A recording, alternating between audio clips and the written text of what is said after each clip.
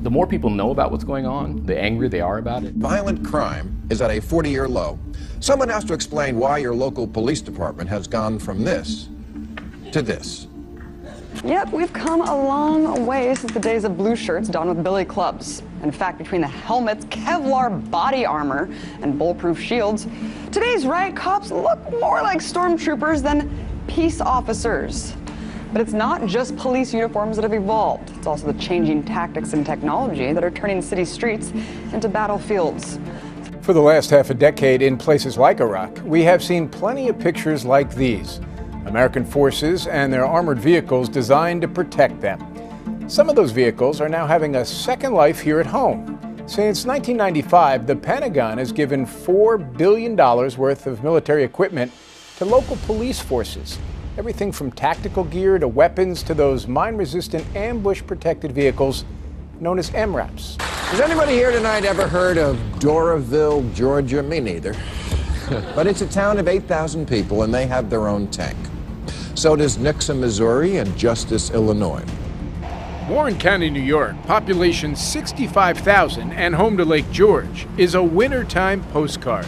Peaceful, picturesque, and well protected.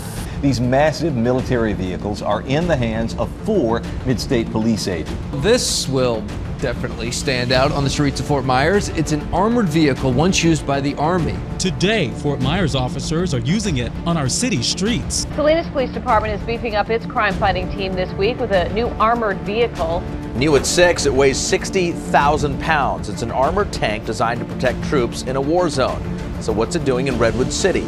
The police department in West Lafayette, Indiana just acquired an MRAP from the U.S. military. Police in Fort Pierce, Florida just got an MRAP. The Banning Police Department in California just got an MRAP. South Lake Tahoe, Bastrop, a town of just 75,000 souls in Texas. 600 of these armored vehicles were given across the country in 2013. Now, I understand it's a dangerous world out there, and threats have changed. But we don't need to fill our streets with any more horrifying death machines. An MRAP is a mine-resistant ambush-protected vehicle. It's built to withstand armor-piercing bombs. This is not something that we need in American communities. Yes, handing out military vehicles to small-town police just makes sense. We don't need these vehicles in Afghanistan or other war-torn regions. Where we really need them is in our local police departments. Because with the U.S. military's overspending, domestic spying, and constant lying, the real American war is being waged right here at home against our own citizens. Men in Kevlar vests and helmets, camouflage, carrying automatic rifles, moving in tactical armored vehicles. These aren't American troops on the battlefield, but police in Ferguson. His department received 161 Army rifles and pistols, including 71 M16 assault rifles. McMinn County is not alone. A spreadsheet obtained by News Channel 5 Investigates shows thousands of pieces of military equipment going to Tennessee police departments. Items like mine-resistant vehicles, night vision goggles, helicopters, and guns. It's cold! Equipment used to fight in Iraq and Afghanistan is now going to local departments. Does your department need all these weapons? Show some of the pictures of the Boston police, okay? Look at this. I mean, if this is what you have, why don't you invade a country? Show some of the other ones. I mean, go up to Canada, take their oil. Look at these. These are half-tracks. I don't care what you might want to call it, an urban assault vehicle, but this country is becoming a police state, and it is very troubling to me. So I think that when people, how many people have said this? Hey, if you don't have anything to hide, what are you afraid of the police for? Well, the police aren't always the good guys, They're not. They're sometimes the bad guys. When you see those SWAT teams all dressed up in more military gear than a guy in Iraq, I'm sure what's on his mind is protecting the Constitution.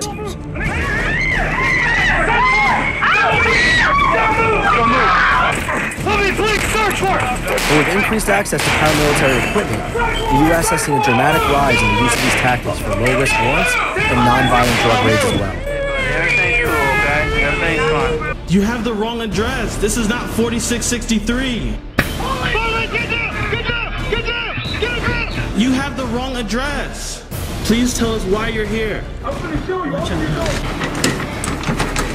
What are you doing? You're coming out. Stop! We're not doing anything. Please stop. We're not doing anything. Stop. What are you doing, man? Your assigned call has been updated. Get up! I can't get up! Get up!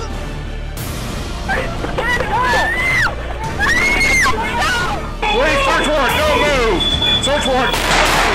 Search warrant, don't move! Come up! Did you just shoot? Did you shoot my dog? You shot my fucking dog! Oh my god!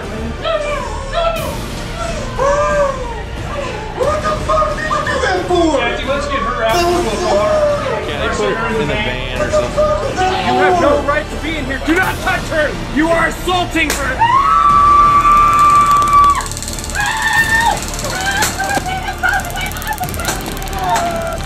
That is our job. That's what we have to continue to gain the public's trust. Police are supposed to protect and serve, not make you in fear of them. And I'm totally terrified of them now.